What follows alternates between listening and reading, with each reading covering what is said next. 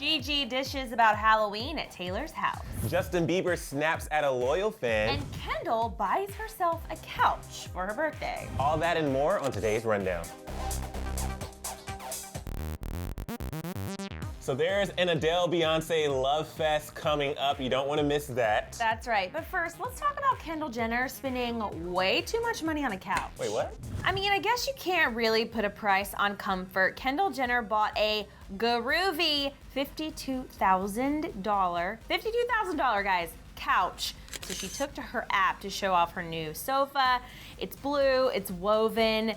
This impressive bumpy couch is handmade and it's dubbed the Boa.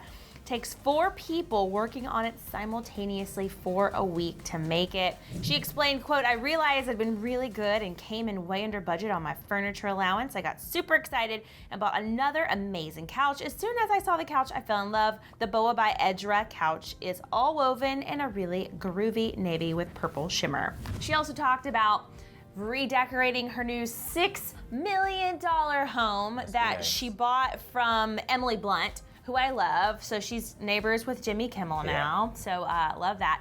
But she said, quote, "I really only have one room fully decorated. My living room, all the furniture is restoration hardware, including their big comfy cloud couch, cozy rug, and marble coffee table. There's also a huge TV. It's definitely the chill room where everyone hangs out." First of all, you just said you came under budget, but you only have one room decorated.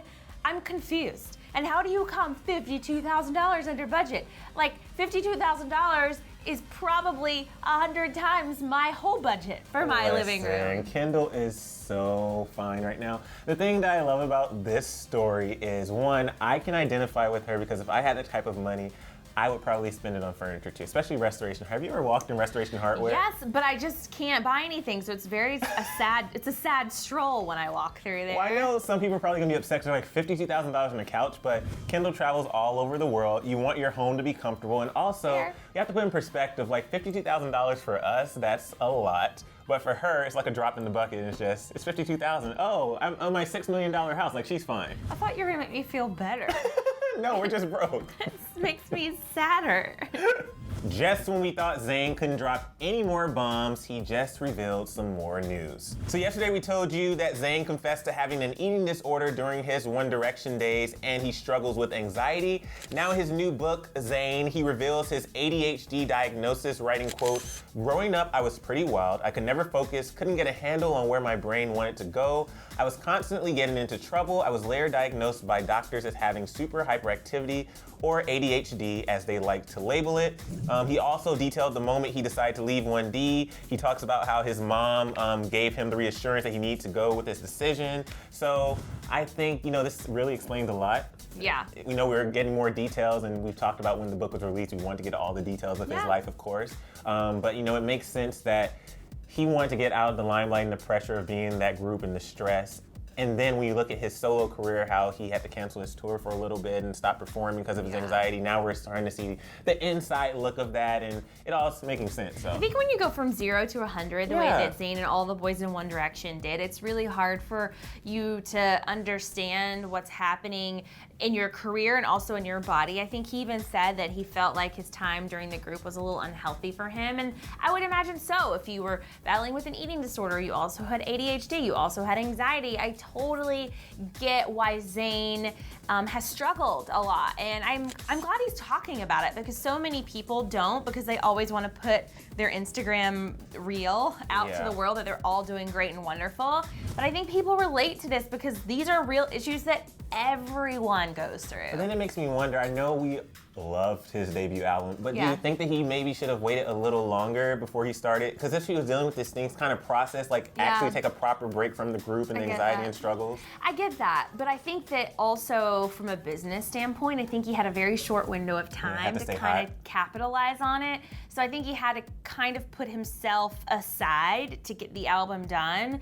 So I'm starting to get inside of Zayn's mind and where he was when this all happened, and I'm glad he's talking about it. Wait, since you're inside his mind, can you tell him I said hello? Speaking of Zayn, we're gonna talk about his girlfriend, Gigi Hadid, who appeared for the very first time today on the Today Show, and she was dishing on her time at Taylor Swift's Halloween party. She said, Halloween was really cool. We were all working, so my friend had just a little girls' night at her house. Taylor had. We had like chips and guacamole and pizza.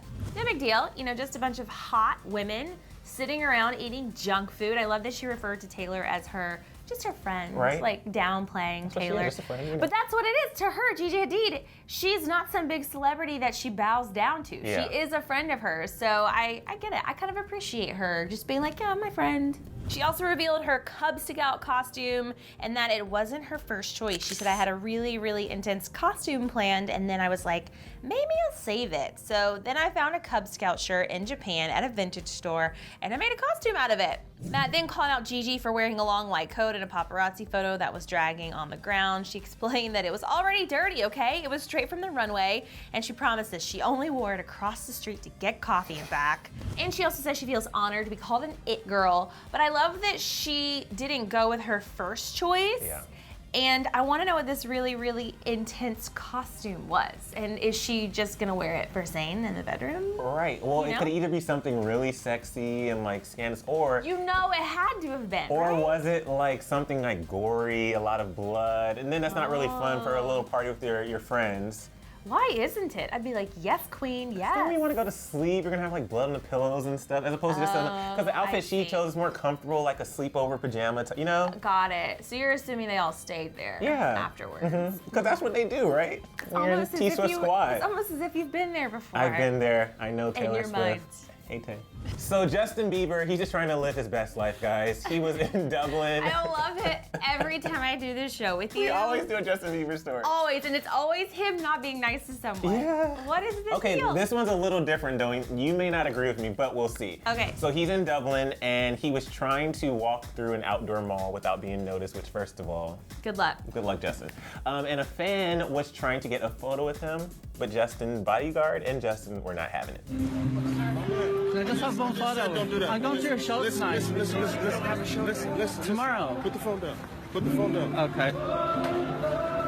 This fan then told the Irish Independent he's now giving away his Justin concert ticket. Oh gosh. And is shocked Justin was so rude to him. But we can't blame JB for ignoring his fans. He has made it clear that he does not want to take selfies anymore and wants fans to respect him as a human being. So Aaron, the reason why I'm a little on the fence about this is one, when you see the video, the fan is videotaping him while he's walking over to Justin, which one, that's a little aggressive. It is aggressive. You know what I mean? If you want to take a picture with a celebrity, which I've done before, when you have a celebrity that you're a huge fan of, you're nervous, but I feel like when you're truly nervous and have a good heart and intentions, you're like, can I please, maybe? And then like pull out your phone and take the picture as opposed to aggressively videotaping from the start. Yeah. And then it's like, okay, dude, you're trying to get a story so you can put out this narrative that I'm mean when really, why are you taking a video of me from the start? Oh, interesting. Like, you think that the fan was in on the whole, he's gonna be mean to me, so I'm gonna post this video? That's what it felt like, a little bit. Interesting, yeah. I think it's interesting because Justin has repeatedly said over and over again to his fans that he does not want to do meet and greets. He doesn't want to talk to you. He doesn't want to be approached by you in public. He hates you. Just kidding. I mean, he doesn't, but you know, kind of as a person, he doesn't really want to deal with you. So I find that if this guy is a fan, then he should respect that. And if Justin says no the first time, then you should just be like, cool, he's not into it. Because at the end of the day, he is still a human being.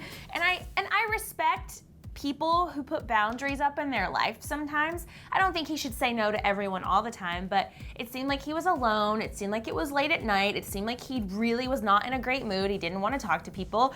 And I feel like as a human being, he's allowed that freedom and he can take a minute and not take a photo. And he just came from a tanning salon. I don't tan, but doesn't it have to like settle or something?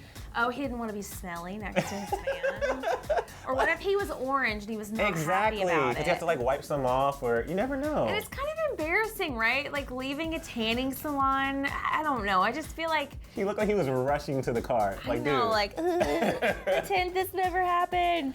Guys, I don't need any more reasons to love Adele. Not a single other reason. I'm obsessed with her. But after seeing what she did for Halloween, I'm pretty much dead.